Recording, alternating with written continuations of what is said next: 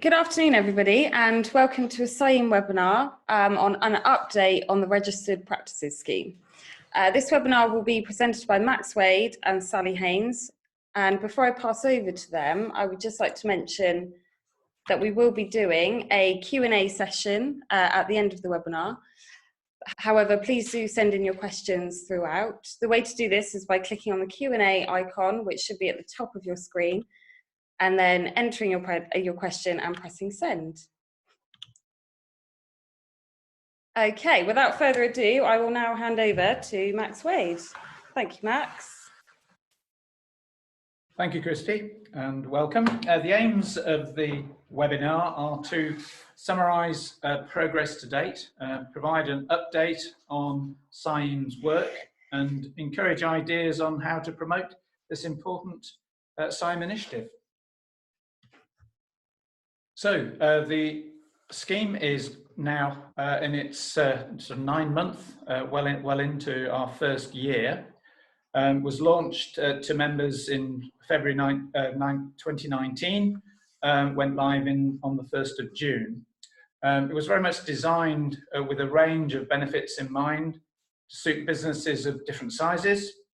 Direct benefits include inclusion on the Registered Practices Directory, use of the logo, discounted advertising rates, and multiple conference booking discounts. We've had 101 registrations to date. Our target was 50 in the first year, so an excellent beginning. And over 75% of those have 10 relevant CIEEM member employees or less. You can see there the large blue area on the pie chart represents that particular sector. Having established the scheme, we're now able to use income to actively promote the directory, with the aim of encouraging potential clients to use our members. We are promoting registered practices as torchbearers for good standards. A goal which resonates with existing and potential staff as well as clients. And we've had really good feedback from your staff and from potential clients. So why registered practices? CIEEM has to have a publicly available and searchable list of members. We used to maintain a professional directory, but this was inherently unsuitable for non-consultancy members, so they didn't want to be on it. The professional directory was on a static platform that was no longer being supported from an IT perspective, couldn't be updated, and couldn't be improved upon.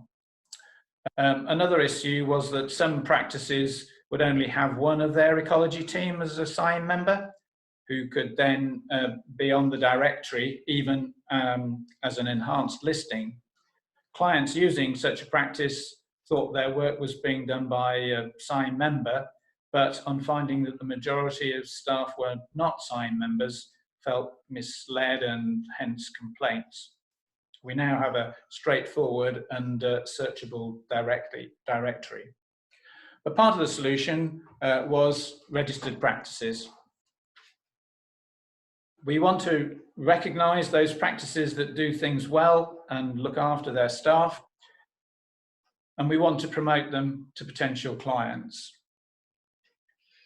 As an indirect benefit, we hope that this will help such clients, statutory agencies and other relevant bodies to be able to recognise the poor and unsustainable business practices in our industry. We've been actively promoting registered practices in a number of ways. Looking firstly at local planning authorities, direct regular emails have been going out to ALGI members across the UK, a mail out to chief planning officers via the Planning Advisory Service, and regular inclusion in PAS newsletters. Statutory agencies, We have contacted all of them to draw attention to the directory for their development, planning, licensing staff. However, it would be good to have some more contacts in Ireland if anybody's got any suggestions of where we could do a little bit better there. Development Industry Media has focused on articles in industry media such as House Building Federation magazine and Irish Building Magazine and House Builder and Property Developer. As you can see, these have taken us into new areas in terms of promoting not just the registered practices but CIEEM more widely. In terms of professional liaison, we've had a liaison with the RTPI Planning Institute with articles in the Planner, national newsletter and blog, and through the Chartered Institute of Housing and Architects. Through the planning portal, direct sort of paid for link on the planning portal for England and Wales to the directory, as for the RTPI directory and House Builders Federation directory. We've promoted registered practices via Google Ads and a pay per click through to the directory webpage. And then lastly, through events, speaking and attending at events such as Build UK and Regen 19, which was in Liverpool. Just handing over to Sally. Thank you, Max. So part of the purpose of this webinar is to keep you updated on current and future activities within CIEEM. So I'm going to start off with professional development. So we fairly recently launched our mentoring platform. If you have members of staff who would benefit from mentoring outside, external to the organisation, please do encourage them to take a look at the mentoring platform. But also if you feel that you can offer some help and advice to others within the sector, please consider registering as a mentor. The mentoring platform also has a number of useful guidance and advice documents about the mentoring process.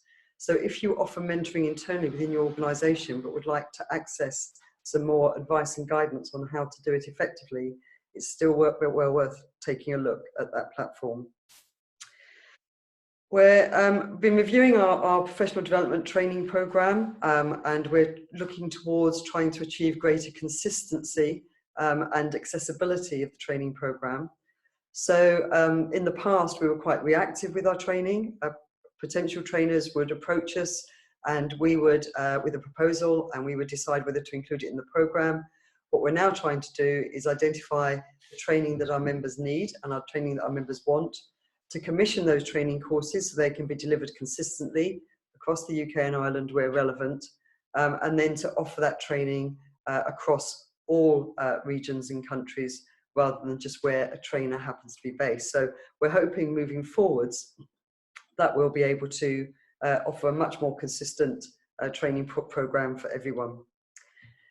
We've also been looking at early career training and talking to a number of employers. So one of the things that we hope to do during 2020-21 is to develop a package of early career training and offer that as a bundle to employers and for their early career staff.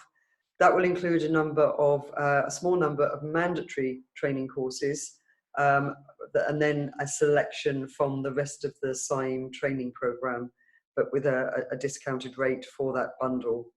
And potentially we're also exploring whether we can offer some kind of sort of fairly straightforward assessment as part of that early career programme. We're busy organising and planning our 2020 conferences. Hopefully you're aware that our spring conference, which is coming up very soon on the 4th of March in Sheffield, is an air quality impact assessment and mitigation for biodiversity. In Ireland, in April, there's a 2-day conference on conservation approaches, big ideas for big challenges. Wales and Scotland are also planning their conferences, which will be in September and October respectively. The themes have not yet been confirmed, although I think for Wales it is around rivers and lakes and wetlands and restoration and management. And the Ecological Restoration Habitat Creation Special Interest Group are planning a conference for June, which will be on woodland and woodland habitats. And then our autumn two-day conference this year will be in Bristol. It will be on the 1st and 2nd of December.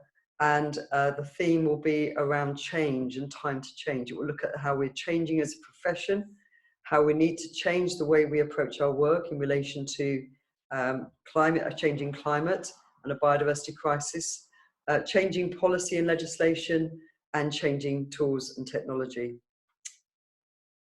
Also, in terms of professional development, you'll be aware that we now have 2 relevant apprenticeships on offer, the Level 7 Ecology Apprenticeship and the Level 6 Environmental Practitioner Apprenticeship. And hopefully soon, later this year as well, there'll be a Level 4 Countryside Ranger Apprenticeship as well. So those apprenticeships are now available for employers to sign up to and to advertise apprenticeships, probably starting in the autumn. One of the things that CIEEM is doing is registering as an endpoint assessment organisation. So we'll be able to carry out the assessment at the conclusion of the apprenticeship period. Moving on to raising standards. So we're currently considering and starting to work on a new project to define survey and mitigation standards across a range of taxa and habitats and common professional consultancy tasks. So they were working with a number of employers and consultancies on developing those standards. We hope to publish those in batches as that work progresses. We're also working on the accredited Ecological Clerk of Work scheme. That work, which is funded by the Construction Industry Training Board, is progressing. We hope to be running a pilot in the autumn with a view to launching the scheme in March next year, so March 2021. We also recently published a checklist for ecological impact assessment that's designed to assist local planning authorities with ensuring that an ECIA report is complete and sufficient, but also helping ECIA authors to make sure they've included all the things necessary in the report. We'll be reviewing that later this year. We've developed that work in partnership with ALGI, the Association of Local Government Ecologists, and we'll be carrying out a review later this year. We've also started or continued our work with Natural England on earned recognition. That's for BAT licenses. So the idea there is that instead of developers applying for a license, they will have a much more streamlined licensing process if they're using a consultant that has been given earned recognition through an assessment and accreditation programme. That work is still ongoing with Natural England, although it's not progressing as quickly as it should be at the moment due to funding restrictions, but they're still very committed to progressing it. And that's also been done in partnership with the Bat Conservation Trust. We are undertaking a programme of supporting and upskilling local planning authorities. We've recently gone out to tender to commission a series of webinars aimed specifically at planners and at planning committees, which introduce them to a whole range of issues around biodiversity in the planning system, from understanding the legislation through to understanding concepts such as natural capital and biodiversity net gain. And they will be run as a series of webinars over the summer months. We've recently introduced into in practice a new series called Ethical Dilemmas. This is an initiative of the Professional Standards Committee. So every issue, there's an ethical dilemma that is put out there for members to consider. And then in the next issue, we publish their response, the PSC's response to that particular ethical dilemma, and the next one. So we started that in December, and so the next ethical dilemma will come out in March. Staying with raising standards, an important part of our work is providing guidance and advice. Recently, last year, we published some advice on the longevity of ecological reports. Always a difficult issue and not something that you can be too prescriptive about. but we have given them some advice as to how long a report could consider to be valid for. We've also recently updated our accessing and using biodiversity data guidance for the UK. That should be republished in March or April this year. We're also working on some advice on air quality impact assessment and mitigation for designated sites. That should be published probably in late April or May. And this is advice rather than guidance because there's still a lot of uncertainty around the issue. We've been working with a number of stakeholder groups on updated bat mitigation guidelines. That work should be published, those new guidelines will be published hopefully in the autumn of this year. That follows on from the research we did on impact and effectiveness of bat mitigation. We've also participating in a review of the UK principles on biodiversity net gain. So we published the first UK principles on biodiversity net gain in partnership with Syria and CIEEM back in 2016. So it was time to do a review, and we're partway through that process. We're also a partner in the development of a new British standard for biodiversity net gain. And very recently was also joined the standards board of the Building with Nature Green Infrastructure Standard. And we hope to bring you more news on that to all our members later this year. Moving on to policy and influencing, it has been a very busy period for policy work over the last few years for reasons that I'm sure you can guess. So we've been involved in a lot of parliamentary engagement across the UK and Irish governments, talking to elected parliamentary representatives and relevant civil servants, select committees, and so on. We've been investing a lot of time and effort into influencing post-Brexit legislation and policy. That work is still ongoing because although we have a draft environment bill, there's still a lot of detail to be worked out. And of course, Scotland and Wales are also working on their environmental legislation as well. We've invested a lot of time in promoting biodiversity net gain, and we're still continuing to do that because whilst it's going to become mandatory in England, there's interest from other countries, but no legislative support yet. But there's still a lot of detail to be worked out in terms of how there's going to be quality assurance around the whole biodiversity net gain process. And we're also engaging with the environmental land management schemes. So as CAP funding is gradually removed and we move towards a different form of agri-environment funding based on public payment for public benefit, we want our members to be at the heart of the environmental land management advice service. We've produced briefings on the climate emergency and biodiversity crisis, and we've also launched our own group, our own working group called Action 2030, which is looking at how CIEEM as an organisation can move towards being a net zero organisation by 2030, but also how we advise and support our members in terms of their professional practice. Later this year, we'll be attending events organised by the IUCN in Marseille in June, as well as the United Nations Conference of the Parties 15 in October in China, and the Climate Conference of the Parties 26 in Glasgow in November, and bringing back information about those proceedings for our members, as well as trying to influence the stakeholders that are present.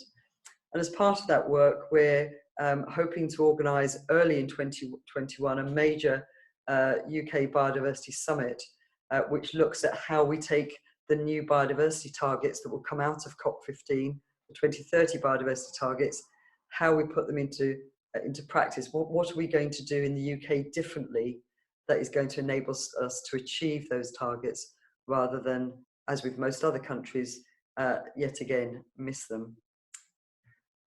Moving on to supporting the membership, we've been doing a lot of work recently around health and well-being. We've created a new health and well-being webpage which signposts towards resources and case studies and links to other websites. With publishing in practice articles, there'll be 2 articles on health and wellbeing in the forthcoming issue of In Practice. We're looking at our guidance on good working practices and seeing if we need to make any updates there in terms of what good practice looks like. And we're also considering whether we can provide a member assistance program, a bit like an employee assistance program, but where members can access advice on a whole range of health and wellbeing issues. We'll be carrying out another employment and salary survey later this year to compare with the last one which was 3 years ago. We've recently recently launched a work placement equivalent of a jobs board where you can advertise opportunities where you can offer work placements, internships, graduate training schemes or apprenticeships for free, but also those looking for those kind of opportunities can advertise themselves. So we hope that you'll take advantage of that. We'll be looking at a redesign of In Practice and a refresh of In Practice, which should come with the June or September issue. And we'll also very shortly be launching a new self-assessment tool for the competency framework. So any of you or your staff that are looking to upgrade their membership or are looking to apply for chartership or indeed apply for membership, hopefully that tool will help you work out what level of membership is right for you or whether you're ready to apply for chartership. And as Max said earlier, we're also very much promoting our registered practices. So we'll be undertaking regular promotion of the directory, particularly as we start to approach the survey season again. What we're hoping we can provide is some combined marketing effort by pulling the resource that you've given us into the kind of advertising that Max has mentioned. We hope that more clients and customers will be making use of CIEEM members than before, and we'll be issuing a new 2020-21 logo. It is coming up for time for renewals. Everybody has been sent a renewal notice, a renewal reminder in recent days. So renewals are due by, well, renewal date is 1st of April, but we'll need your renewal much earlier than that in March if we're going to process the renewal in time. But please don't forget that we need your help and suggestions as to where we can promote the Registered Practices Directory and the Registered Practices Scheme generally. The more ideas you can give us, the more we can do. We do see this very much as a partnership. Please also don't forget all your member benefits, not just the directory. And also please don't forget that the graduate grade closes later this year. I think it's in November. So if you have any of your staff who are graduate members, they will have received a number of communications advising them that they need to either transfer to the qualifying grade or upgrade to associate membership. So please, could you make sure that they're aware of that and are supported in doing that so that they don't drop out of membership later this year and potentially compromise your registered practice status.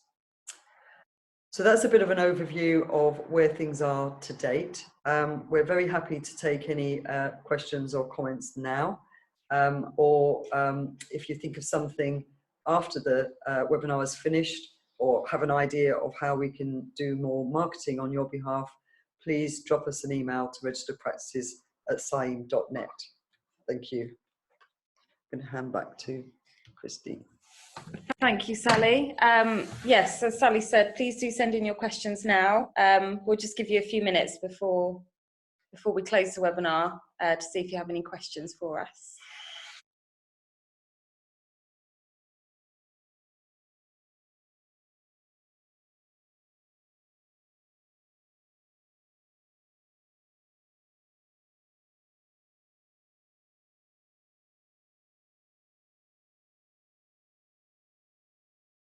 Okay, we've had a couple of questions come in.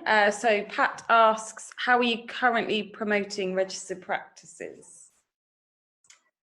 Well, as Max said in the early part of the presentation, we are regularly contacting all local planning authorities directly, both through and also through the Association of Local Government Ecologists. So they are sending emails out. We're also promoting them through the Planning Advisory Service newsletters and through the planning portal for England and Wales. We are promoting the directory to through development industry media, so things like the House Builders Federation magazine or Property Developer, putting in articles or advertorials or advertisements. We're also promoting it through contact with other professional institutes and their magazines and newsletters, specifically the RTPI, the Planning Institute in Ireland, the Architects, and also the Chartered Institute of Housing. We are advertising through Google Ads and Google Clicks. So we're paying for Google ads and then paying pay-per-click with Google. We are also attending events and giving presentations, so things like Build UK and Regen.